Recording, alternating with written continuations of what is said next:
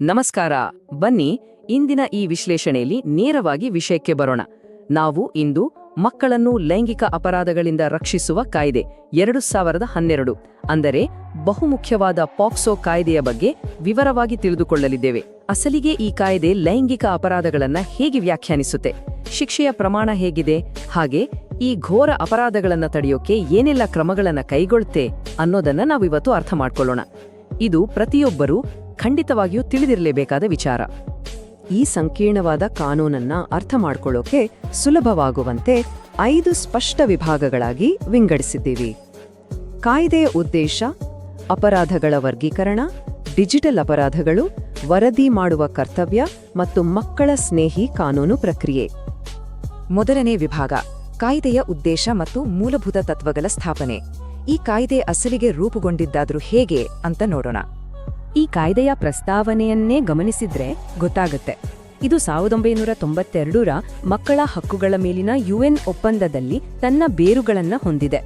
ನಮ್ಮ ಸಂವಿಧಾನದ 15(3)ನೇ ವಿಧಿಯ ಜೊತೆಗೆ ಅಂತಾರಾಷ್ಟ್ರೀಯ ಮಟ್ಟದಲ್ಲಿ ಮಗುವಿನ ಹಿತಾಸಕ್ತಿಗಳನ್ನ ಕಾಪಾಡೋ ನಿಟ್ಟಿನಲ್ಲಿ ಭಾರತ ಸರ್ಕಾರ ಎಷ್ಟೊಂದು ಉನ್ನತ ಮಟ್ಟದ ಮಾನದಂಡಗಳನ್ನ ನಿಗದಿಪಡಿಸಿದೆ ಅನ್ನೋದು ಇದರಿಂದ ಸ್ಪಷ್ಟವಾಗುತ್ತೆ. ಇಲ್ಲಿ ಒಂದು ವಿಚಾರವನ್ನ ಬಹಳ ಕಟ್ಟುನಿಟ್ಟಾಗಿ ಹೇಳಲಾಗಿದೆ.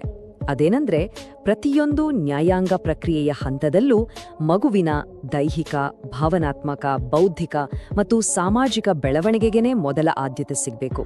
ಅಂದ್ರೆ ಕೇವಲ ಅಪರಾಧಿಗೆ ಶಿಕ್ಷೆ ಕೊಡಿಸೋದಷ್ಟೇ ಅಲ್ಲ, ಸಂತ್ರಸ್ತ ಮಗುವಿನ ಯೋಗಕ್ಷೇಮವೇ ಇಲ್ಲಿ ಅಂತಿಮ ಗುರಿ ಅನ್ನೋದನ್ನ ಕಾನೂನು ಬಹಳ ಒತ್ತಿ ಹೇಳುತ್ತೆ. ಹಾಗಾದ್ರೆ ಈ ಕಾನೂನಿನ ಪ್ರಕಾರ ಮಗು ಅಂದ್ರೆ ಯಾರು?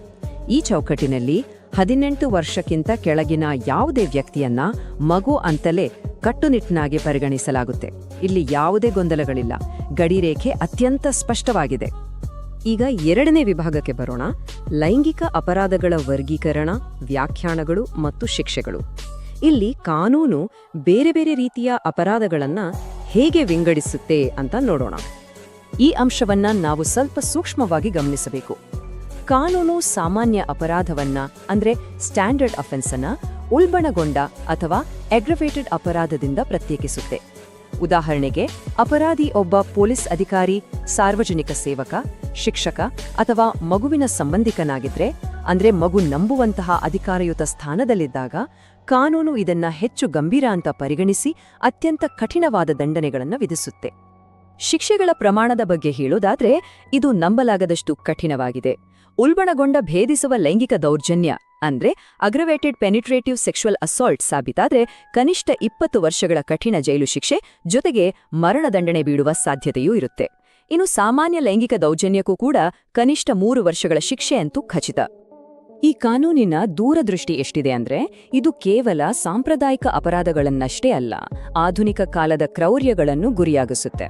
ಮಗುವಿನಲ್ಲಿ ಮುಂಚಿತವಾಗಿ ಲೈಂಗಿಕ ಪ್ರಬುದ್ಧತೆಯನ್ನ ಬಲವಂತವಾಗಿ ತರಿಸೋಕೆ ಯಾವುದೇ ರಾಸಾಯನಿಕ ಅಥವಾ ಹಾರ್ಮೋನ್ಗಳನ್ನ ನೀಡಿದ್ರೂ ಅದನ್ನ ಕಾಯ್ದೆಯು ಸ್ಪಷ್ಟವಾಗಿ ಉಲ್ಬಣಗೊಂಡ ಲೈಂಗಿಕ ದೌರ್ಜನ್ಯ ಅಂತಲೇ ವರ್ಗೀಕರಿಸಿದೆ. ಬನ್ನಿ ಈಗ ಮೂರನೇ ವಿಭಾಗದತ್ತ ಗಮನಹರಿಸೋಣ. ಡಿಜಿಟಲ್ ಅಪರಾಧಗಳು ಮತ್ತು ಅಶ್ಲೀಲತೆ. ಡಿಜಿಟಲ್ ಯುಗದಲ್ಲಿ ಅಪ್ರಾಪ್ತರನ್ನ ಶೋಷಣೆ ಮಾಡೋದರ ವಿರುದ್ಧ ಈ ಕಾಯ್ದೆ ಎಷ್ಟು ಕಟ್ಟುನಿಟ್ಟಾಗಿದೆ ಅನ್ನೋದನ್ನ ನೋಡೋಣ. ಚೈಲ್ಡ್ ಪಾರ್ನೋಗ್ರಫಿಯನ್ನ ಶೇಖರಿಸಿಡುವ ಅಥವಾ ಹೊಂದಿರುವ ಅಪರಾಧಕ್ಕೆ ಕಾನೂನು ಹಂತ ಹಂತವಾಗಿ ದಂಡನೆಗಳನ್ನು ಹೆಚ್ಚಿಸುತ್ತೆ. ಅದರಲ್ಲೂ ನಿರ್ದಿಷ್ಟವಾಗಿ ಅಂತಹ ವಿಷಯಗಳನ್ನು ಹಂಚುವ ಅಥವಾ ಅದರಿಂದ ದುಡ್ಡು ಮಾಡುವ ಉದ್ದೇಶ ಹೊಂದಿರೋವರನ್ನ ಇದು ನೇರವಾಗಿ ಗುರಿಯಾಗಿಸುತ್ತೆ. ವಾಣಿಜ್ಯ ಉದ್ದೇಶಕ್ಕಾಗಿ ಮೊದಲ ಬಾರಿಗೆ ಸಿಕ್ಕಿಬಿದ್ರೆ 5 ವರ್ಷ, ಮತ್ತೆ ಅದೇ ತಪ್ಪು ಮಾಡಿದರೆ 7 ವರ್ಷಗಳವರೆಗೆ ಜೈಲು ಶಿಕ್ಷೆ, ಕಟ್ಟಿಟ್ಟ ಬುತ್ತಿ. ಅಶ್ಲೀಲ ಉದ್ದೇಶಗಳಿಗಾಗಿ ಯಾವುದೇ ರೀತಿಯ ಮಾಧ್ಯಮದಲ್ಲಿ ಮಗುವನ್ನ ಬಳಸಿದ್ರೆ ಅಥವಾ ಅಂತಹ ಮಾಧ್ಯಮಗಳ ತಯಾರಿಕೆಯಲ್ಲಿ ಪಾಲ್ಗೊಂಡರೂ ಕೂಡ ಕನಿಷ್ಠ 5 ವರ್ಷಗಳ ಜೈಲು ಶಿಕ್ಷೆ ಗ್ಯಾರಂಟಿ. ಅಂದ್ರೆ ಡಿಜಿಟಲ್ ಶೋಷಣೆಯನ್ನ ಕಾನೂನು ಭೌತಿಕ ಶೋಷಣೆಯಷ್ಟೇ ಗಂಭೀರವಾಗಿ ಪರಿಗಣಿಸುತ್ತೆ ಅನ್ನೋದು ಇಲ್ಲಿ ಸ್ಪಷ್ಟ. ಈಗ 4ನೇ ವಿಭಾಗದ ಬಗ್ಗೆ ಮಾತಾಡೋಣ. ವರದಿ ಮಾಡುವ ಕರ್ತವ್ಯ. ಹೌದು, ಇದು ಕೇವಲ ಪೊಲೀಸರ ಜವಾಬ್ದಾರಿ ಮಾತ್ರ ಅಲ್ಲ, ಸಮಾಜದ ಪ್ರತಿಯೊಬ್ಬ ವ್ಯಕ್ತಿಯ ಕರ್ತವ್ಯ ಕೂಡ. ಈ ಕಾಯ್ದೆಯ ಪ್ರಕಾರ ಪೋಕ್ಸೋ ಅಪರಾಧದ ಬಗ್ಗೆ ಸ್ವಲ್ಪ ಅರಿವು ಅಥವಾ ಅನುಮಾನ ಬಂದ್ರೂ ಸಾಕು, ತಕ್ಷಣವೇ ಅಧಿಕಾರಿಗಳಿಗೆ ತಿಳಿಸಲೇಬೇಕು. ವಿಶೇಷವಾಗಿ ಹೋಟೆಲ್, ಆಸ್ಪತ್ರೆ ಅಥವಾ ಫೋಟೋ ಸ್ಟುಡಿಯೋಗಳಂತಹ ಜಾಗಗಳಲ್ಲಿ ಕೆಲಸ ಮಾಡೋ ಸಿಬ್ಬಂದಿಗೆ ಏನಾದರೂ ಅನುಮಾನ ಬಂದ್ರೆ ಕೂಡಲೇ ಸ್ಥಳೀಯ ಪೊಲೀಸ್ ಅಥವಾ ವಿಶೇಷ ಬಾಲಾಪರಾಧಿ ಘಟಕಕ್ಕೆ ವರದಿ ಮಾಡೋದು ಕಡ್ಡಾಯ. ಒಂದು ವೇಳೆ ಅಪರಾಧದ ಬಗ್ಗೆ ಗೊತ್ತಿದ್ದು ಸುಮ್ಮನಿದ್ರೆ ಏನಾಗುತ್ತೆ? ಆ ರೀತಿ ವರದಿ ಮಾಡದೆ ಮುಚ್ಚಿಟ್ರೆ 6 ತಿಂಗಳವರೆಗೆ ಜೈಲು ಶಿಕ್ಷೆ ಅಥವಾ ದಂಡ ಗ್ಯಾರಂಟಿ. ಅದೇ ಒಂದು ಸಂಸ್ಥೆಯ ಮುಖ್ಯಸ್ಥ ತಮ್ಮ ಸಿಬ್ಬಂದಿ ಮಾಡಿದ ಅಪರಾಧವನ್ನ ಮುಚ್ಚಿಟ್ರೆ ಈ ಶಿಕ್ಷೆ 1 ವರ್ಷದವರೆಗೂ ಹೋಗಬಹುದು. ಅಂದ್ರೆ ಇಲ್ಲಿ ಮೌನವಾಗಿರೋದು ಕೂಡ ಒಂದು ದೊಡ್ಡ ಅಪರಾಧನೆ. ಈ ವಿಷಯ ನಿಜಕ್ಕೂ ಕುತೂಹಲಕಾರಿಯಾಗಿದೆ. ವಯಸ್ಕರು ದುರುದ್ದೇಶದಿಂದ ಏನಾದ್ರೂ ಸುಳ್ಳು ದೂರು ನೀಡಿದ್ರೆ ಅವರಿಗೆ ಜೈಲ್ ಶಿಕ್ಷೆ ಆಗುತ್ತೆ. ಆದ್ರೆ ಅದೇ ಒಂದು ಮಗು ಸುಳ್ಳು ದೂರು ನೀಡಿದ್ರು ಆ ಮಗುವಿಗೆ ಯಾವುದೇ ಶಿಕ್ಷೆ ಇರೋದಿಲ್ಲ. ಮಗುವಿಗೆ ಮತ್ತಷ್ಟು ತೊಂದರೆ ಆಗಬಾರ್ದು ಅನ್ನೋ ಏಕೈಕ ಉದ್ದೇಶದಿಂದ ಕಾನೂನು ಈ ವಿನಾಯಿತಿಯನ್ನ ನೀಡಿದೆ. ಇನ್ನು ಕೊನೆಯದಾಗಿ 5ನೇ ವಿಭಾಗ, ಮಕ್ಕಳ ಸ್ನೇಹಿ ಕಾನೂನು ಪ್ರಕ್ರಿಯೆಗಳು. ನ್ಯಾಯ ಪಡೆಯುವ ಈ ಪ್ರಕ್ರಿಯೆಯು ಮಗುವಿಗೆ ಮತ್ತೊಮ್ಮೆ ಆಘಾತವನ್ನ ಉಂಟು ಮಾಡಬಾರ್ದು ಅನ್ನೋದನ್ನ ಇದು ಖಚಿತಪಡಿಸುತ್ತೆ. ಪ್ರಕ್ರಿಯೆಯ ಆರಂಭದಲ್ಲೇ ಮಗುವಿಗೆ ಭಯ ಆಗ್ಬಾರ್ದು ಅಂತ ಮೊದಲ ಹೇಳಿಕೆಯನ್ನ ಮಗುವಿನ ಸ್ವಂತ ಮನೆ ಅಥವಾ ಅವರಿಗೆ ಕಂಫರ್ಟ್ ಅನ್ನಿಸುವ ಜಾಗದಲ್ಲೇ ದಾಖಲಿಸಿಕೊಳ್ಳಲಾಗುತ್ತೆ. ಇದನ್ನ ಮಹಿಳಾ ಪೊಲೀಸ್ ಅಧಿಕಾರಿನೇ ಮಾಡಬೇಕು ಮತ್ತು ಎಲ್ಲಕ್ಕಿಂತ ಮುಖ್ಯವಾಗಿ ಮಗುವಿಗೆ ಆತಂಕ ಆಗದಿರಲು ಆ ಅಧಿಕಾರಿ ಸಮವಸ್ತ್ರದಲ್ಲಿ ಇರುವಂತಿಲ್ಲ. ಹಾಗೆ ಮಗುವನ್ನ ರಾತ್ರಿ ವೇಳೆ ಪೊಲೀಸ್ ಠಾಣೆಯಲ್ಲಿ ಇರಿಸುವಂತೆಯೇ ಇಲ್ಲ. ಪ್ರಕರಣ ವಿಶೇಷ ನ್ಯಾಯಾಲಯದ ಮೆಟ್ಟಿಲೇರಿದ ಮೇಲೆ ಅಲ್ಲಿನ ವಾತಾವರಣವನ್ನ ಸಂಪೂರ್ಣವಾಗಿ ಮಕ್ಕಳ ಸ್ನೇಹಿಯಾಗಿ ಬದಲಾಯಿಸಲಾಗುತ್ತೆ. ವಿಚಾರಣೆ ಮುಚ್ಚಿಲ ಕೋಣೆಯಲ್ಲಿ ಅಂದ್ರೆ ಇನ್ ಕ್ಯಾಮೆರಾ ಮುಖಾಂತರ ನಡೆಯುತ್ತೆ ಮತ್ತು ಮಗುವಿನ ಪೋಷಕರು ಅಥವಾ ಮಗು ನಂಬುವ ವ್ಯಕ್ತಿ ಜೊತೆಲೇ ಇರಬಹುದು. ಮಗುವಿಗೆ ಹಿಂಸೆ ನೀಡುವಂತಹ ಯಾವುದೇ ಕಠಿಣ ಪ್ರಶ್ನೆಗಳನ್ನ ಇಲ್ಲಿ ಕೇಳುವಂತಿಲ್ಲ.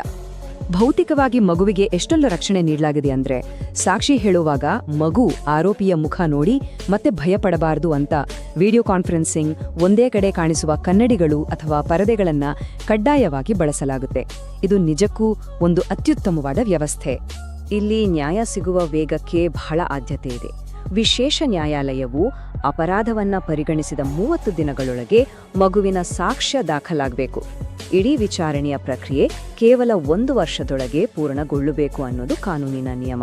ತಡವಾದ ನ್ಯಾಯವೇ ಅಲ್ಲ ಅನ್ನೋದನ್ನ ಇದು ಎತ್ತಿ ಹಿಡಿಯುತ್ತೆ. ವೈದ್ಯಕೀಯ ಪರೀಕ್ಷೆಯ ವಿಚಾರದಲ್ಲೂ ಸಹಾನುಭೂತಿಯ ನಿಯಮಗಳಿವೆ. ಸಂತ್ರಸ್ತೆ ಹೆಣ್ಣು ಮಗು ಆಗಿದ್ರೆ ಮಹಿಳಾ ವೈದ್ಯರೇ ಪರೀಕ್ಷೆ ಮಾಡಬೇಕು.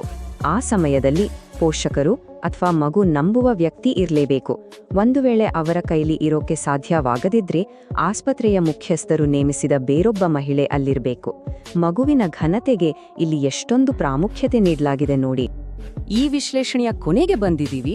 ನಾವೆಲ್ಲರೂ ಈಗ ಯೋಚಿಸಬೇಕಾದ ವಿಷಯ ಅಂದ್ರೆ, ಈ ಕಟ್ಟುನಿಟ್ಟಾದ ಕಾನೂನುಗಳ ಬಗ್ಗೆ ನಮ್ಮಿರುವ ಅರಿವು ನಮ್ಮೆಲ್ಲರನ್ನ ಜಾಗೃತ ರಕ್ಷಕರನ್ನಾಗಿ ಹೇಗೆ ಬದಲಾಯಿಸುತ್ತೆ. ಈ ವರದಿ ಮಾಡುವ ಕರ್ತವ್ಯ ಮತ್ತು ಮಕ್ಕಳ ಸ್ನೇಹಿ ವ್ಯವಸ್ಥೆಯ ಬಗ್ಗೆ ತಿಳ್ಕೊಂಡಾಗ ಮಾತ್ರ ನಾವು ನಮ್ಮ ಸುತ್ತಮುತ್ತಲಿನ ಮಕ್ಕಳನ್ನ ರಕ್ಷಿಸಿ ಅವರಿಗೊಂದು ಸೇಫ್ ಆದ ವಾತಾವರಣವನ್ನ ನಿರ್ಮಿಸ್ಕೊಡ್ಬೋದು. ಈ ಮಾಹಿತಿಯನ್ನ ಕೇವಲ ಕಾನೂನು ಅಂತ ಮಾತ್ರವಲ್ಲ, ನಮ್ಮೆಲ್ಲರ ಸಾಮಾಜಿಕ ಜವಾಬ್ದಾರಿ ಅಂತ ಅಂದ್ಕೊಳ್ಳೋಣ. ಏನಂತೀರಾ?